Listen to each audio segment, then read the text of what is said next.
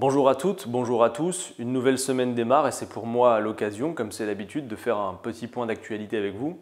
Je commence d'abord par vous reparler de la SNCF, une nouvelle fois, car vous avez vu que le pacte ferroviaire a été adopté, la navette parlementaire est terminée, et que pour autant, les cheminotes, les cheminots continuent la mobilisation. Effectivement, la démocratie, c'est aussi l'Assemblée nationale et le Parlement, mais ça ne s'arrête pas aux portes de l'Assemblée et du Parlement. En réalité, nous ne sommes pas parvenus sur ce dossier à faire entendre raison à Emmanuel Macron, à son gouvernement et à cette majorité. Nous continuons de penser que non seulement pour les cheminotes, les cheminots, c'est bien évidemment la casse sans justification aucune de leur statut et de leur fonctionnement qui sont justifiés, et que c'est par ailleurs, pour vous toutes et tous, sans doute les usagers de la SNCF, et bien demain plus de difficultés et plus de pagaille. Nous ne pensons pas que l'ouverture à la concurrence améliore quoi que ce soit sur ce secteur, c'est même tout l'inverse. Nous pensons, comme c'est le cas par exemple au Royaume-Uni, que les prix risquent d'augmenter, que potentiellement des lignes qui ne seront pas rentables pourraient être fermées, même si pour l'instant le gouvernement prétend y avoir mis des garde-fous. Vous savez, c'est exactement comme c'était le cas sur le secteur de l'énergie, où on disait c'est une première étape, on ouvre à la concurrence, il n'y aura pas de privatisation. On a vu le résultat derrière.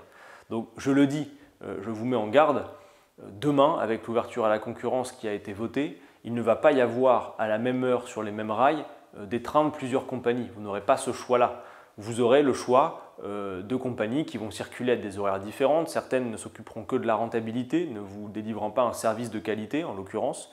Et puis surtout, s'il y avait des retards précédemment, c'était d'abord le fait d'un manque parfois d'investissement, de moyens humains, et donc demain, avec l'ouverture à la concurrence, ça ne va pas s'améliorer. Si votre train devait être en retard avant l'ouverture à la concurrence, il y a fort à penser qu'il le sera toujours avec l'ouverture à la concurrence.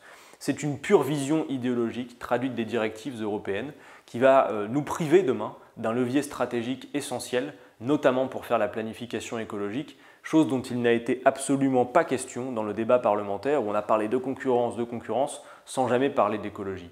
Voilà, cette bataille parlementaire est perdue, mais la bataille tout court n'est pas terminée. Et je vous mets en garde, bien évidemment, la grève, c'est difficile à subir. Si elle se poursuit, des usagers vont en pâtir. Mais avant tout, je veux le dire, je pense pour ma part que les usagers ont plus à pâtir des conséquences de la réforme à moyen long terme que des conséquences immédiates de la grève sur lesquelles l'attention totale a été fixée. Je pense qu'il faut élargir la focale et voir que le risque pour les usagers, c'est les conséquences de l'ouverture et demain sans doute de la privatisation. Que chacun y réfléchisse correctement. Le débat ne s'est pas mené à armes égales en l'occurrence là-dessus. Le gouvernement a abusé de la communication contre les cheminots, notamment contre les conséquences de la grève, sans qu'on puisse correctement décrypter les enjeux de ce pacte ferroviaire pour les usagers. Donc c'est le moment encore de se pencher sur ce que racontent les cheminotes, les cheminots et de les soutenir. Personnellement, je vous y appelle.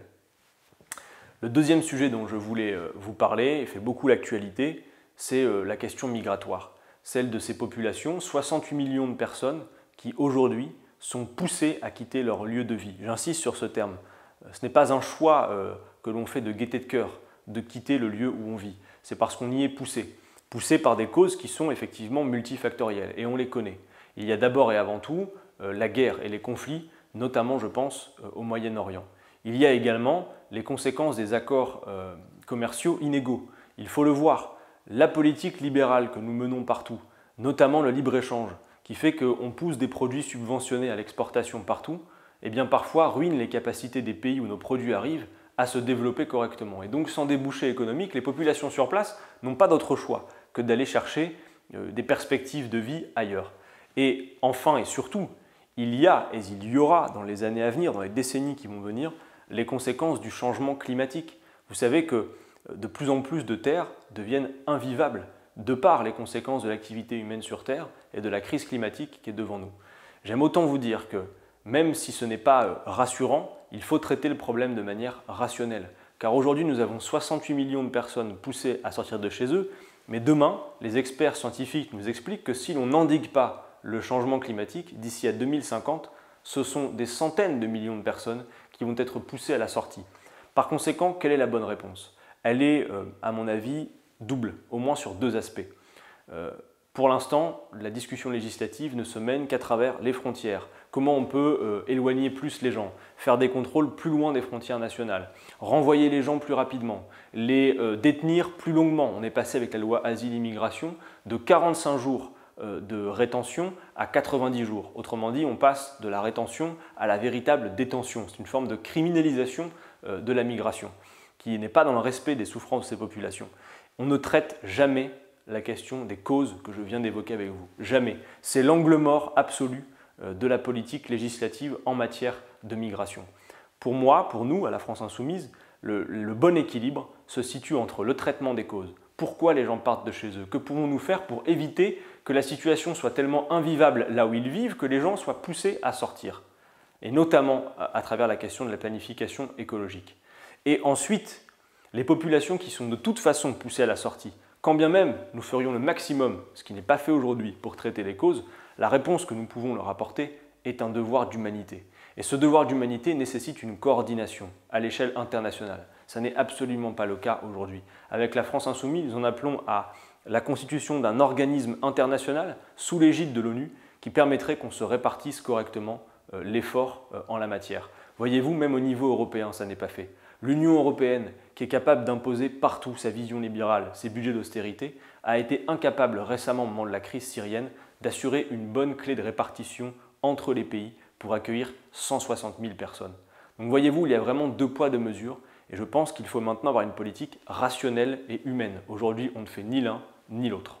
Le troisième et dernier sujet que je voulais évoquer avec vous, puisque arrive le mois de juillet en fin de semaine, c'est les petits coups dans le dos, voire même les gros coups dans le dos que l'on vous fait parfois quand vous êtes parti en vacances, pour celles et ceux qui ont la chance de partir en vacances. Traditionnellement, on dit que les mois de juillet et août sont des mois, naturellement, où les Français sont moins attentifs à l'actualité politique et à ce qui se passe. Et pour autant, nous, à l'Assemblée, on ne va pas s'arrêter de travailler, puisque là, nous serons en session jusqu'au début du mois d'août.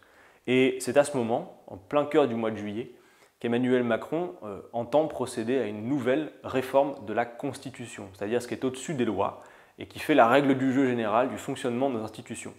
Quand on voit la manière avec laquelle Emmanuel Macron traite le Parlement, en pensant que tout est permis, de toute façon tout cela n'est qu'une formalité, une perte de temps, et bien là il veut aller encore plus loin, il veut diminuer le nombre de parlementaires. Pourquoi? Est-ce qu'il y a trop de démocratie? Est-ce que vous trouvez qu'il faut éloigner encore plus les élus des citoyennes et des citoyens? Moi, je ne le pense pas. Ils veulent restreindre le droit d'amendement pour faire que tout s'accélère encore plus vite, que le temps de discussion parlementaire soit moins long. En réalité, tout ça, c'est une mise en cause profonde de la démocratie, qui surfe sur une petite logique parlementaire. Moi, je le vois, les députés sont au travail. Et quand on vous montre des images d'hémicycle à moitié vide, on oublie de vous dire que l'hémicycle, c'est la dernière partie du travail parlementaire et qu'il y a tout le reste qui se fait autour, les commissions, les multiples réunions. Les parlementaires sont utiles dans ce pays. Et c'est autre chose que ce que veut en faire Emmanuel Macron, c'est-à-dire renforcer cette logique où finalement l'Assemblée nationale serait simplement la chambre d'enregistrement des desiderata du président de la République. Donc je vous mets en garde, ça fait plus de 20 fois qu'on a réformé cette Constitution sans en demander l'avis au peuple. Nous pensons à la France Insoumise que ce n'est pas à l'exécutif et au Parlement de déterminer pour eux-mêmes les nouvelles règles qui vont s'appliquer. C'est au peuple lui-même d'en décider. Et c'est nécessaire de le faire puisqu'on le voit bien d'élection en élection, notamment avec l'abstention, le peuple ne consent plus à la règle du jeu. Comment pourrait-il davantage y consentir si cette règle est définie en catimini, comme Emmanuel Macron s'apprête à le faire au beau milieu de l'été? Je vous en parle aujourd'hui pour la première fois, mais je vous en reparlerai parce que ce sujet va être le sujet et le point de vigilance le plus important à avoir dans les prochaines semaines. Alors bien sûr, le format n'est pas forcément idéal, on débute dans cette manière de fonctionner. N'hésitez pas à mettre des commentaires si vous avez des idées pour nous permettre de nous améliorer. Et bien évidemment, encouragez-nous du mieux que vous pourrez, notamment avec les petits pouces bleus sur la vidéo et en vous abonnant à cette chaîne YouTube qui va tenter d'être améliorée en permanence. En tout cas, c'est ce que nous essayons de faire. Allez, à bientôt.